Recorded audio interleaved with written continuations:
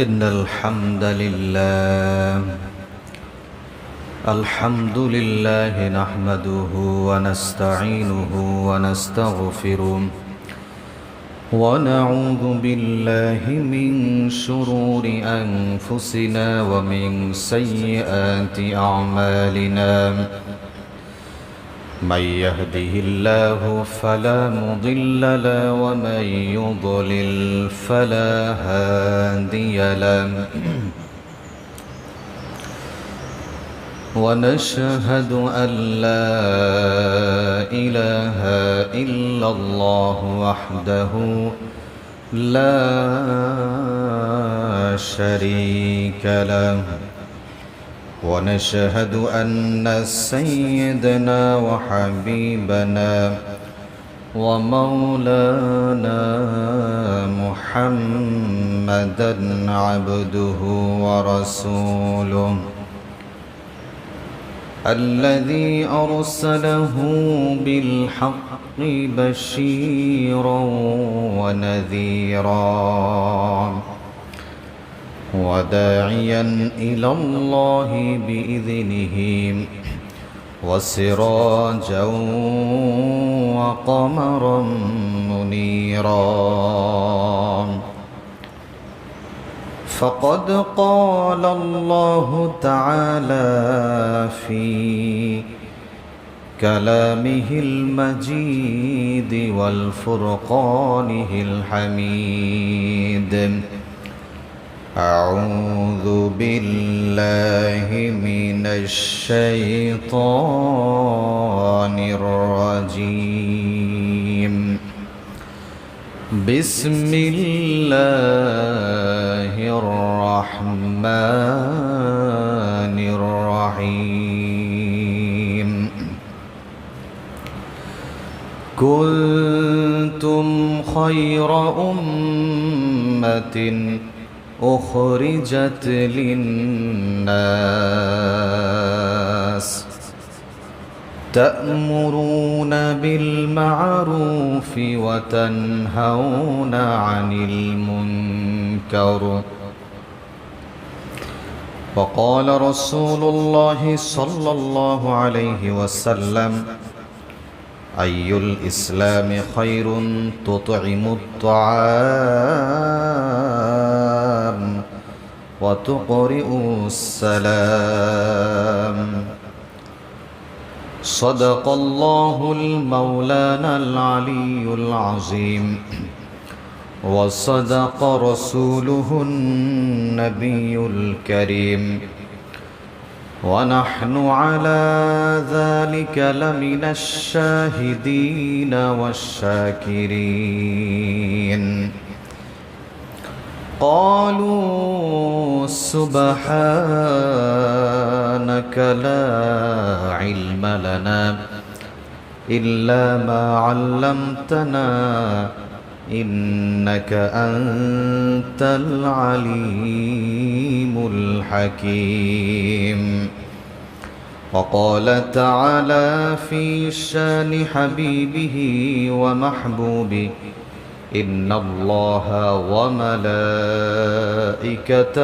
يصلون على النبي يا أيها الذين آمنوا صلوا عليه وسلموا تسليما اللهم صل على سيدنا مولانا محمد وعلى آل سيدنا شفيعنا محمد اللهم صل على سيدنا مولانا محمد وعلى آل سيدنا شفيعنا محمد سيد الكونين والثقلين والفريقين من عرب ومن عجم اللهم صل على سيدنا مولانا محمد وعلى آل سيدنا شفيعنا محمد بلغ العلا بكماله كشف الدجى بجماله حسنت جميع خصاله صلوا عليه وآله الحمد لله মুআজ্জাজ মুহতারাম মুসাল্লিয়ান নিজাম মহান আল্লাহ সুবহানাহু ওয়া তাআলার দরবারে লাখ কোটি শুকরিয়া আদায় করি, যিনি আমাদেরকে অত্যন্ত ভালোবেসে মহব্বত করে পবিত্র সালাতুল জুমাতে জুমার সালাত আদায়ের উদ্দেশ্যে আল্লাহর ঘর মসজিদে সকলের আগে বাগে আসার বসার তৌফিক দান করলেন। এই জন্য সেই মহান মনিবের দরবারে তারই শিখানো ভাষায় কালিমাতুশ শুকরিয়া আদায় করি, সকলেই পড়ি আলহামদুলিল্লাহ। দরুদ ও সালাম পেশ করি সর্বকালের সর্বযুগের সর্বশ্রেষ্ঠ মহামানব রহমাতুল লিল আলামিন সাইয়্যিদুল মুরসালিন খাতামুন নবিয়্যিন মুহাম্মদ আরবি বিশ্বনবী জনাবে মুহাম্মদুর রাসূলুল্লাহ পড়ি সাল্লাল্লাহু আলাইহি ওয়াসাল্লাম। আরও একবার কৃতজ্ঞতা জ্ঞাপন করি যে আল্লাহ সুবহানাহু ওয়া তাআলা এখনো পর্যন্ত সুস্থ রেখেছেন, ভালো রেখেছেন, হায়াতে তৈয়বা দান করেছেন। গত জুমাবার থেকে নিয়ে আজকের জুমাবার পর্যন্ত সুস্থ হালাতে রেখেছেন। প্রচণ্ড গরমের ভিতরে আল্লাহর ঘর মসজিদে সুস্থতার সাথে আগে বাগে আসতে পেরেছি, এই জন্য আরও একবার কৃতজ্ঞতা পড়ি আলহামদুলিল্লাহ। প্রাণপ্রিয় মুসাল্লিয়ান ইকরাম, জুমার দিন অত্যন্ত গুরুত্বপূর্ণ একটি দিন, সাপ্তাহিক ঈদের দিন বলা হয়। নবীজি সাল্লাল্লাহু আলাইহি ওয়াসাল্লাম জুমার দিনের ব্যাপারে অনেকগুলো হাদিস বর্ণনা করেছেন। আমরা অনেক এ ব্যাপারে জানিও যে জুমার দিন যদি কোনো ব্যক্তি সকাল সকাল গোসল করে, সুন্দর জামাটা, পরিষ্কার পরিচ্ছন্ন জামাটা পরিধান করে, পারফিউম আতর ব্যবহার করে পায়ে হেঁটে জুমার মুসাল্লায় আগে বাগে এসে খতিব সাহেব ইমাম সাহেবের কাছাকাছি বসে খুতবা শুনতে পারে এবং চুপচাপ ওই ব্যক্তি কোনো কথা বলল না, শুরু থেকে শেষ পর্যন্ত জুমার খুতবাটা সে শুনল মনোযোগ সহকারে এবং আশেপাশে কাউকে ডিস্টার্ব করলো না, কথা বলল না, মনোযোগ দিয়ে আলোচনাটা শুনল। নবী আলাইহিস সালাতু ওয়াস সালাম বলেন যে প্রত্যেকটা পদক্ষেপে বাড়ি থেকে নিয়ে হেঁটে মসজিদ পর্যন্ত আসতে প্রত্যেকটা পায়ের কদমে কদমে আল্লাহ সুবহানাহু ওয়া তাআলা ওই ব্যক্তির আমলনামায় 1 বছর নফল সালাত, 1 বছর নফল সিয়ামের সব তার আমলনামায় দান করে দেন। সুবহানাল্লাহ। শুধু তাই নয়, এই ব্যক্তি যখন এরকম সুন্দর পরিপাটি হয়ে মসজিদের মুসল্লায় আগে ঢোকে, নবীজি বলেন তার আমলনামায় একটা উট কোরবানি সৎকার দানের সব তার আমলনামায় দিয়ে দেওয়া হয়। সুবহানাল্লাহ। দ্বিতীয়বারে যেই ব্যক্তি জুমার মুসল্লায় ঢোকে, দ্বিতীয়জন যেই ব্যক্তি জুমার মুসল্লায় আগে ঢুকে, তার আমলনামায় আল্লাহ তাআলা একটা গাভীর দান করার সব দান করে দেয়। সুবহানাল্লাহ। এরপর একটা বকরি, মুরগি, ডিম, এইভাবে হাদিসের ভিতরে আসছে যে এর সব ওই ব্যক্তির আমলনামায় দিয়ে দেয়। এটা কিন্তু অন্য দিন আসলে আপনি পাবেন না সওয়াবটা। জুমার বিশেষ ফজিলত এবং মর্যাদা থাকার কারণে আল্লাহ সুবহানাহু ওয়া তাআলা বান্দার জন্য এত এত সওয়াবের ঘোষণা দিয়েছে। এই জন্য একটু চেষ্টা করা দরকার প্রত্যেকেই জুমার মুসল্লায় যেন নির্দিষ্ট সময়ের ভিতরে আগে বাগে সুন্দরভাবে পরিপাটি হয়ে হাদিসের ভাষ্যমতে এমন সুন্দরভাবে যদি আমরা জুমার মুসল্লায় আসতে পারি, আল্লাহ সুবহানাহু ওয়া তাআলা আমাদেরকে এমন সওয়াব দান করবেন। প্রাণপ্রিয় মুসাল্লিয়ান ইকরাম, আমি আপনাদের সম্মুখে পবিত্র কোরআনুল কারীম থেকে একটি আয়াতে কারিমা তিলাওয়াত করেছি। নবীজি সাল্লাল্লাহু আলাইহি ওয়াসাল্লামের অসংখ্য হাদিস থেকে একটি হাদিস শুনিয়েছি। এই আয়াত এবং হাদিসের আলোকে যে আলোচনার ভিতরে ছিলাম, সেই আলোচনা থেকে কিছু আলোচনা আমরা শেয়ার করব আল্লাহ সুবহানাহু ওয়া তাআলা এখান থেকে কল্যাণবহ নিজেদের জন্য উপকারী আমল করতে পারি, সেই রকম তৌফিক আল্লাহ সুবহানাহু ওয়া তাআলা আমাদের সকলকে দান করেন, পড়েন আমিন।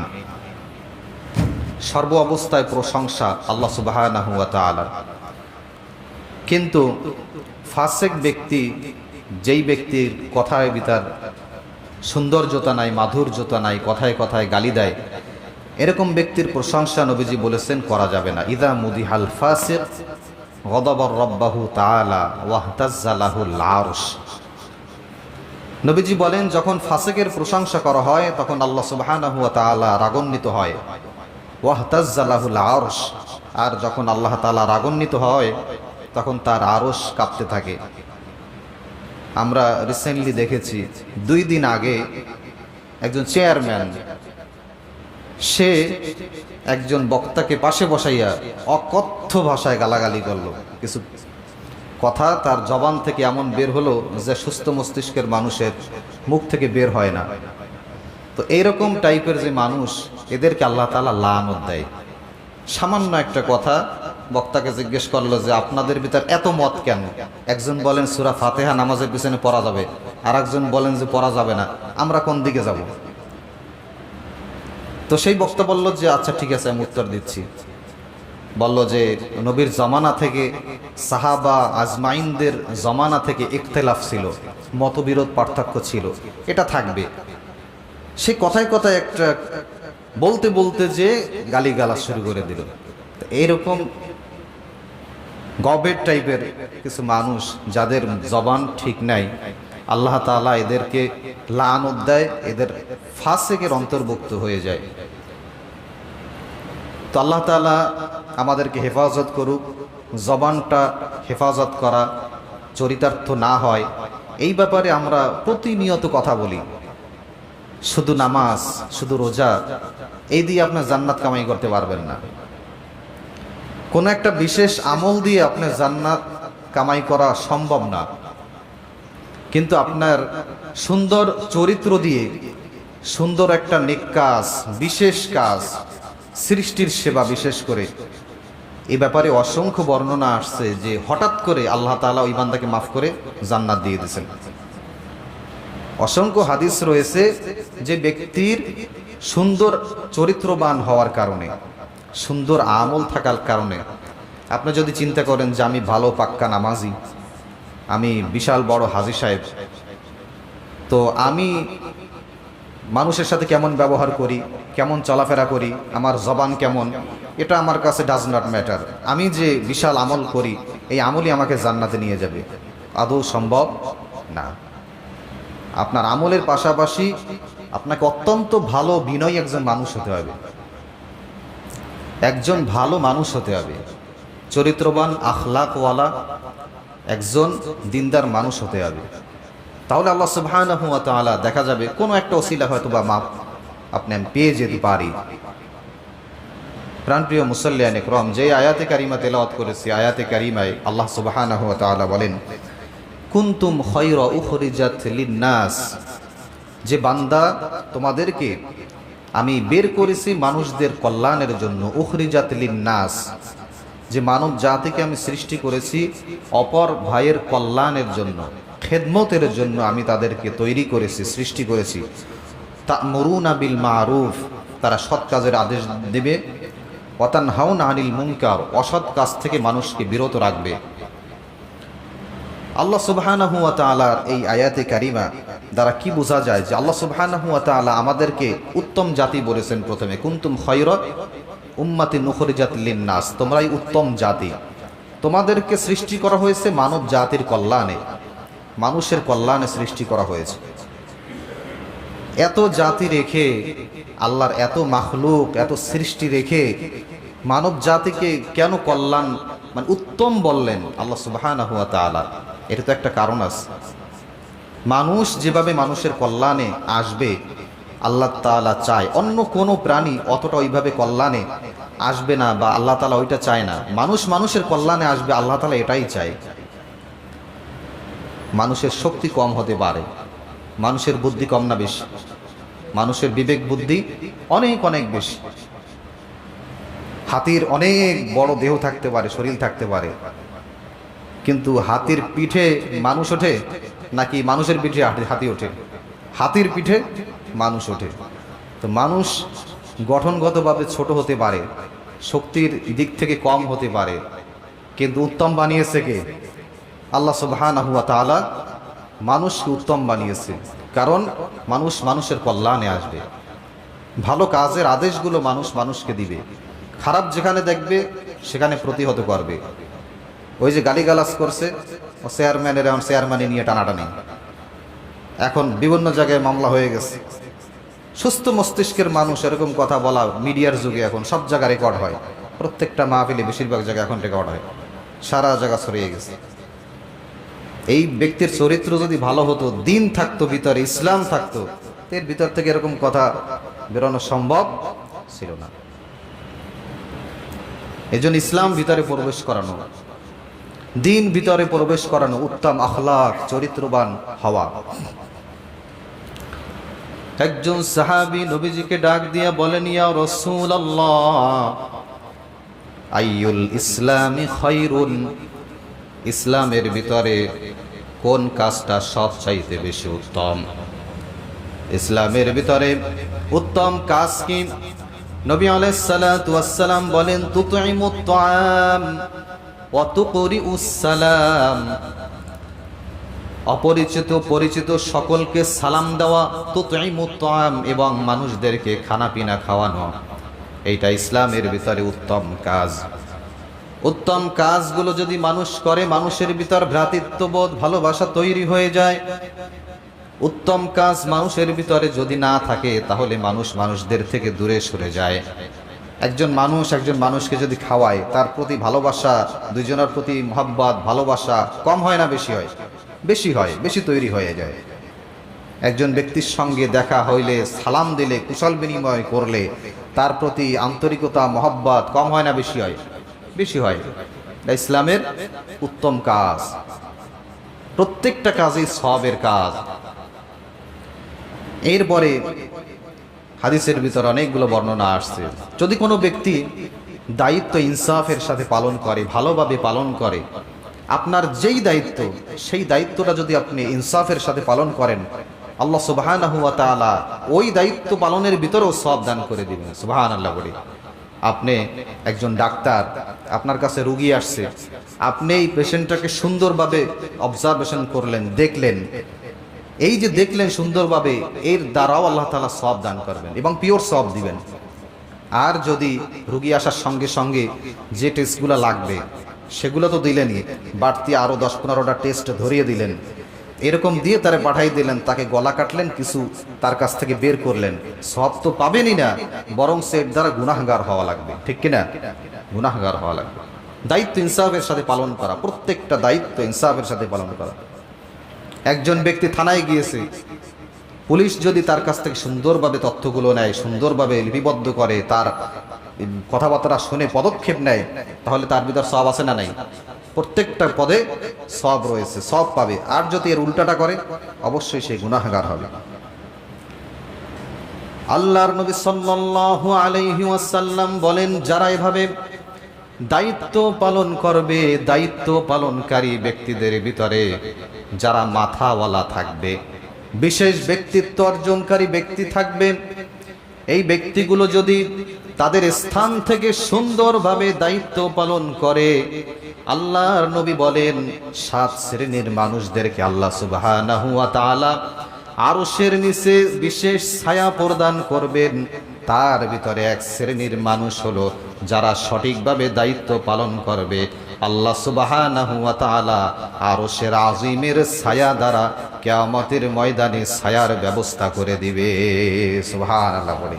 বিশেষ ছায়া আরশের ময়দানে, এমন ভয়াবহ পরিস্থিতি হবে যেখানে সূর্য মাথার 1 বিঘত উপরে থাকবে, ঘিলুগুলো টকবক করে ফুটতে থাকবে, নাকের ছিদ্র দিয়ে, কানের ছিদ্র দিয়ে বেয়ে বেয়ে পড়বে।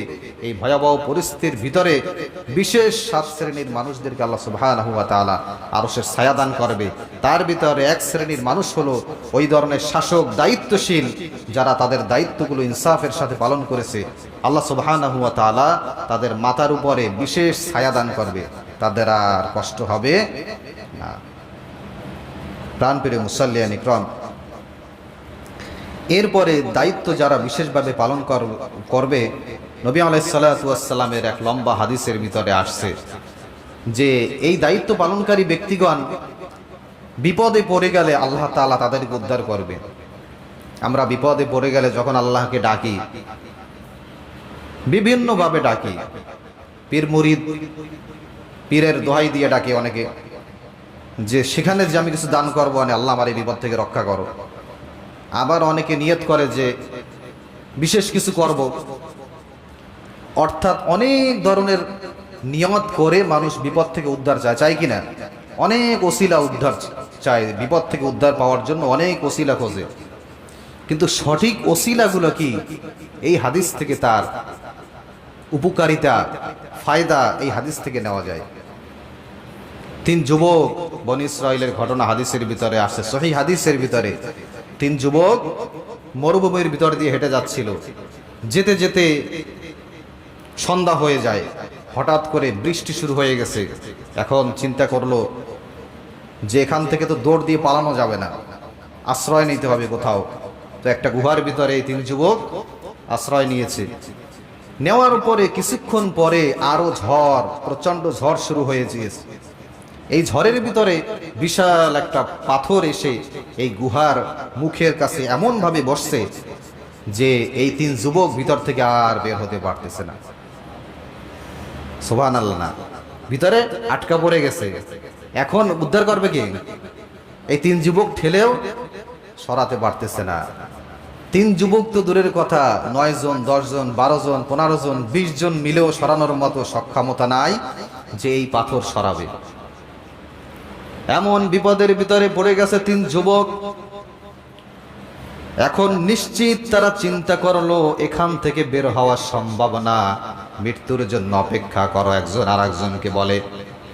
আর এখান থেকে কেবলমাত্র একমাত্র বের করতে পারবে, উদ্ধার করতে পারবে কেবলমাত্র আপনার আমার রব আল্লাহ সুবহানাহু ওয়া তাআলা চাইলে উদ্ধার করতে পারবে। এই মরুভূমির ভিতরে, গুহার ভিতরে কোনো মানুষ জানে না যেই গুহার ভিতরে আমরা আটকা পড়ে আছি কে উদ্ধার করবে। এই 3 যুবক একজন আর একজনকে বলে, তোমরা আল্লাহর কাছে দোয়া করো, রোনা জারি করো, কান্নাকাটি করো।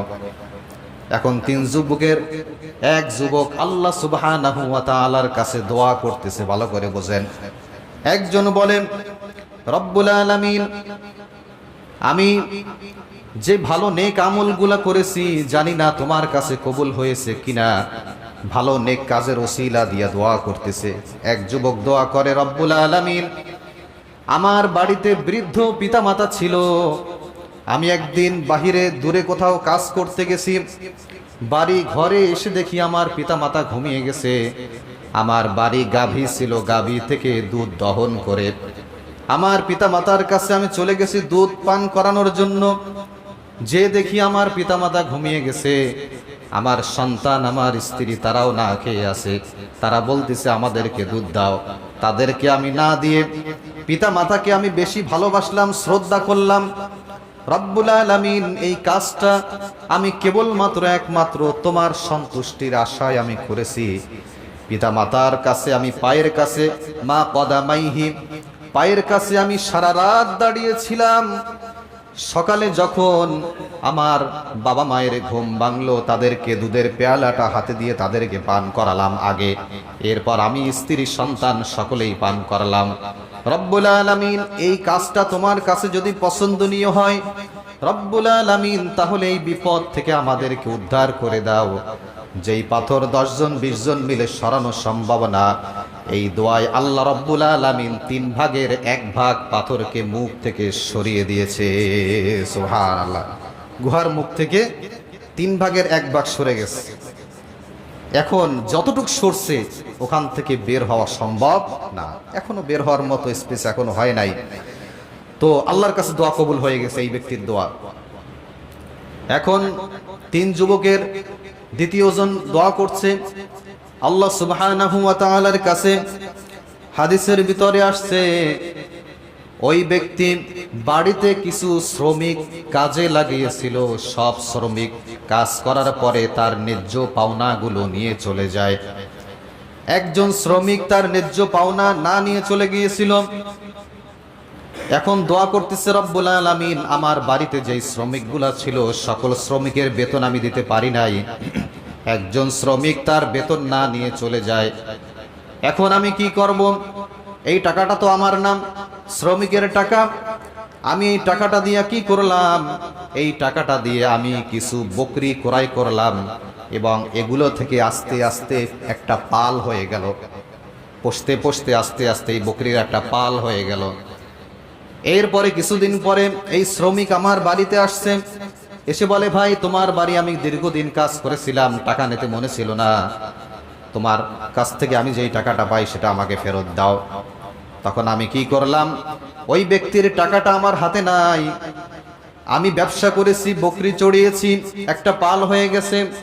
এই শ্রমিককে আমি ডাক দিয়ে বললাম, ভাই ওই যে দেখতেছো পাল, এই বকরির পালটা হলো তোমার, তুমি এটা নিয়ে চলে যাও। এই ব্যক্তি একটা বারের জন্য আমাকে ধন্যবাদ দিল না, বরঞ্চ তার যে টাকা ছিল সেই টাকাটা আমি চাইলে তাকে দিয়ে দিতে পারতাম। সেই টাকাটা না দিয়ে তার টাকার ব্যবসা সম্পূর্ণটা ধরে আমি তাকে দিয়ে দেই, সে নিয়ে চলে যায়। রব্বুল আলামিন এই কাজটা যদি তোমার কাছে পছন্দনীয় হয় রব্বুল আলামিন, তাহলে আমাদেরকে এই বিপদ থেকে রক্ষা করে দাও। সঙ্গে সঙ্গে আল্লাহ সুবহানাহু ওয়া তাআলার অলৌকিক কুদরতে ওই পাথরটা 1/3 বেশি 2 ভাগ সরে যায়। সুবহানাল্লাহ, 2 ভাগ সরে গিয়েছে, আর 1 ভাগ বাকি আছে। আর একজন যুবক আছে যে ভালো নেক আমল করলে, আল্লাহর কাছে দোয়া করলে, আল্লাহর কাছে উদ্ধার চাইলে বিপদ থেকে আল্লাহ তাআলা যে উদ্ধার করতে পারেন, এর বাস্তব নমুনা এই হাদিস থেকে শিক্ষা। তৃতীয় যুবক আল্লাহর কাছে দোয়া করছে, রব্বুল আলামিন আমার ভালো কোনো নেক আমল আছে কিনা আমি জানি না, আমি অত্যন্ত গুনাহগার একজন ব্যক্তি। রব্বুল আলামিন আমার একজন প্রতিবেশী চাচাতো বোন ছিল, তো আমার মনের ভিতরে সব সময়, আমার মনের ভিতরে প্রত্যেকটা সময় একটা কুবৃত্তি কাজ করত, তার সাথে কিভাবে জেনায় লিপ্ত হওয়া যায়। রব্বুল আলামিন আমি তাকে সব সময় কাছে চাইতাম, এবং একটা পরিস্থিতি এমনও হয়ে গিয়েছিল, আমার সেই প্রতিবেশী বোন আমার কাছে আসছে টাকা ধার নেওয়ার জন্য, আমি তাকে শর্ত দিয়ে দিলাম। রব্বুল আলামিন তাকে এই শর্ত দিলাম, আমার সাথে লিপ্ত হতে হবে। টাকা নেওয়ার পরে নির্জনে যখন আমরা একত্রিত হলাম, তখন এই বোন ডাক দিয়া বলতেছে, ইত্তাকুল্লাহ, আল্লাহকে ভয় করো। এই নির্জন জায়গায় তুমি যদি আমাকে স্পর্শ করো, আমার সাথে মিলিত হও, দুনিয়ার কোনো মানুষ না দেখলেও আল্লাহ রব্বুল আলামিন দেখবে। এই কথা বলা মাত্র সঙ্গে সঙ্গে আমার ভিতরে এমন আল্লাহ ভীতির পরিবর্তন চলে আসলো, আমি সঙ্গে সঙ্গে তার কাছ থেকে দূরে চলে আসলাম এবং তাকে বললাম, তোমাকে যে টাকা দিয়েছি তোমার দেওয়া লাগবে না। সঙ্গে সঙ্গে আমি সেখান থেকে ব্যাক করে ফিরে এসেছি। রব্বুল আলামিন এই সিচুয়েশনে এখান থেকে ব্যাক করা একজন যুবকের পক্ষে অত্যন্ত কঠিন ব্যাপার। রব্বুল আলামিন সেখান থেকে, আল্লাহ রব্বুল আলামিন তোমার ভয়ে আমি সেখান থেকে ফিরে এসেছি। রব্বুল আলামিন এই কাজটা যদি তোমার কাছে পছন্দনীয় হয়, এই বিপদ থেকে আমাদেরকে তুমি রক্ষা করে দাও।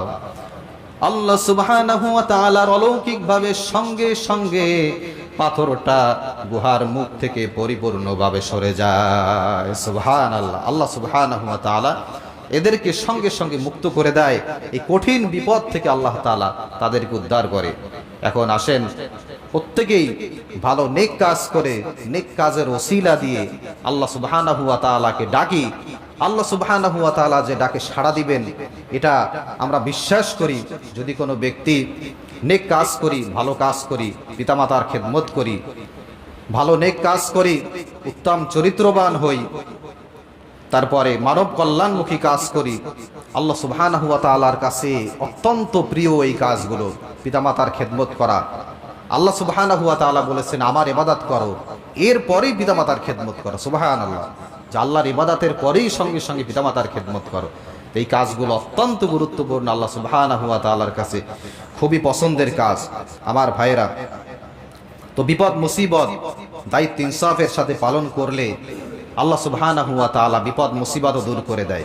প্রত্যেকটা আপনার আমার ব্যক্তিত্ব, প্রত্যেকটা ব্যক্তির ইনসাফের সাথে পালন করেছে না দায়িত্বগুলো। পিতামাতার খেদমত করা, এটা যদি আমি ইনসাফের সাথে না করতাম তাহলে এত যে ফজিলতটা পেয়েছে দোয়া করার মাধ্যমে, এইটা পেত না। দায়িত্ব ইনসাফের সাথে, প্রত্যেকটা দায়িত্ব, আপনি পিতামাতার খেদমত করতেছেন, এটাও আপনার দায়িত্ব ইনসাফের সাথে পালন করা, পিতামাতার খেদমত করা। আপনার বাড়িতে একজন কর্মচারী আসছে, এই কর্মচারীর সাথে উত্তম আচরণ করা, তার ঘাম শুকানোর আগে তার বেতনটা দিয়ে দেওয়া। প্রত্যেকটা কর্মক্ষেত্র ইনসাফের সাথে দায়িত্ব পালন করাও বিপদ মুসিবত উদ্ধার পাওয়ার একটা মাধ্যম। প্রাণপ্রিয় মুসাল্লিয়ান ইকরাম, এক হাদিসের ভিতরে আসছে, মানুষের উপকারের সুযোগ পেলে হাত ছাড়বেন না। যদি রাস্তায় কাঁটাওয়ালা, হাদিসের ভিতরে আসছে, একজন ব্যক্তি রাস্তায় কাঁটাওয়ালা একটা ঢাল পড়েছিল, এই ঢালটা সে সরিয়ে রাস্তার পথটা সুগম করে দিয়েছে, মানুষ চলাচলের জন্য সুন্দর পথ করে দিয়েছে। নবীজি বলেন যে ওই ব্যক্তিকে আল্লাহ তাআলা মাফ করে জান্নাত দান করে দিয়েছে। সুবহানাল্লাহ। মানে একটা নেক কাজ যদি আল্লাহর কাছে প্রিয় হয়ে যায়, পছন্দের হয়ে যায় কোনো একটা নেক কাজ, এই নেক কাজের ওসিলা করে আল্লাহ তাআলা ওই বান্দাকে মাফ করে দিবেন। সুবহানাল্লাহ। এই জন্য খুঁজে খুঁজে ছোট ছোট কাজ, নেক কাজগুলো আপনার আমার ভিতরে নিয়ে আসা দরকার। কারণ এই ছোট ছোট নেক কাজের ওসিলা আল্লাহ তাআলা মাফ করে দিবেন, এবং নেক কাজগুলো আল্লাহর কাছে খুবই পছন্দের। অসংখ্য হাদিস রয়েছে। এই পাশাপাশি আরো একটা হাদিস আছে যে রাস্তা একটা পাথর পড়েছিল, এগুলো কিন্তু আপনার আমার মুখের কথা না, সহিহ হাদিসের কথা, যে রাস্তায় একটা পাথর পড়েছিল, নবীজি বলেন যে পাথরটা ধরে ওই ব্যক্তি সরিয়ে দিয়েছে। এই একটা কাজ যদি আল্লাহর কাছে কবুল হয়, আল্লাহর কাছে পছন্দনীয় হয়, তো আল্লাহ তাআলা ওই বান্দাকে মাফ করে সরাসরি জান্নাতে ঢুকিয়ে দিবেন। সুবহানাল্লাহ। এই জন্য খুঁজে খুঁজে আমরা নেক কাজগুলো করব, ভালো কাজগুলো বেশি বেশি করার চেষ্টা করব। আমরা উত্তম আচরণ, ভালো কাজের বয়ান যতই করি, আর আপনারা যদি মোটেও না শোনেন, তা আমলের ভিতরে আসবে, শোনার পরও আমল হয় না, আর যদি নাই শুনি তাহলে আমলের ভিতরে কিভাবে আসবে? জুমার দিন বিশেষ ফজিলতের দিন, তো আমরা সকলে একটু চেষ্টা করব যে মসজিদের দিকে অন্তত জুমার দিন একটু আগে ভাগে আসা। হেদায়েত দেওয়ার মালিক আল্লাহ। 5 ওয়াক্ত সালাত আপনি আমি পড়তে পারবো কি পারবো না, চেষ্টা করার পর আল্লাহ তাআলা যদি আপনাকে আমাকে হেদায়েত দেয়, পরিপূর্ণভাবে সালাত আদায় করতে পারবো। অন্তত জুমার দিন যদি আমি সঠিকভাবে আগে ভাগে মসজিদে না আসি, জুমার মুসাল্লায় না আসি। আবার অনেকে এমনও আছে যে জুমার মুসাল্লাও আসে না, আসে না। নবীজি এক হাদিসের ভিতরে বলছেন যে 2 থেকে 3টা জুমা, কয়টা জুমা? 3টা জুমা যদি কোনো ব্যক্তি ত্যাগ করে, 3টা জুমায় যদি উপস্থিত না হয়, তাহলে আল্লাহ তাআলা ওই ব্যক্তির ভিতরে মোহর মেরে দেয়, ওই ব্যক্তির অন্তরের ভিতরে মোহর এঁটে দেয়। ফলে ওই ব্যক্তি ক্ষতিগ্রস্ত হয়ে যায়, স্থায়ীভাবে ক্ষতিগ্রস্ত হয়ে যায়, আর কখনোই সম্ভাবনা থাকে না হেদায়েত পাওয়ার।